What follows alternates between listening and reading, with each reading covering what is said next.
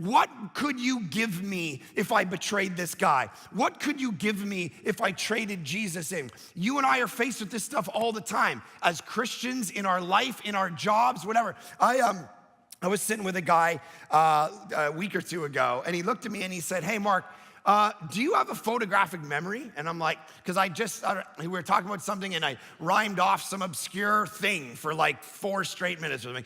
And something I read in a book.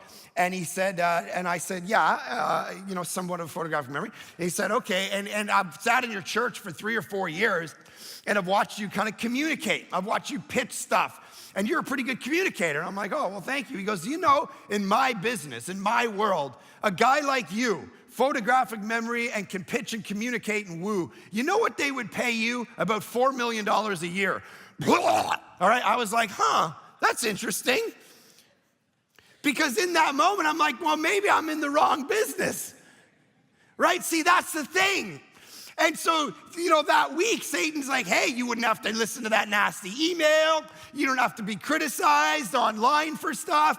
You don't have to do this. You don't have that. You just got $4 million a year. Boom. Right? This is what you and I face all the time. The temptation to say, hey, world, what would you give me if but why don't we do it? Why don't I do it? Why don't I go into some other job? Because Jesus is so much better than money. This is what you got to be convinced of to the core of your being, or you will go after the things of the world. You will constantly wake up in the morning and say, like Judas, what will you give me if I trade this guy in? What will you give me to make me feel better about life for the next 3 months? Because that's all we can think about.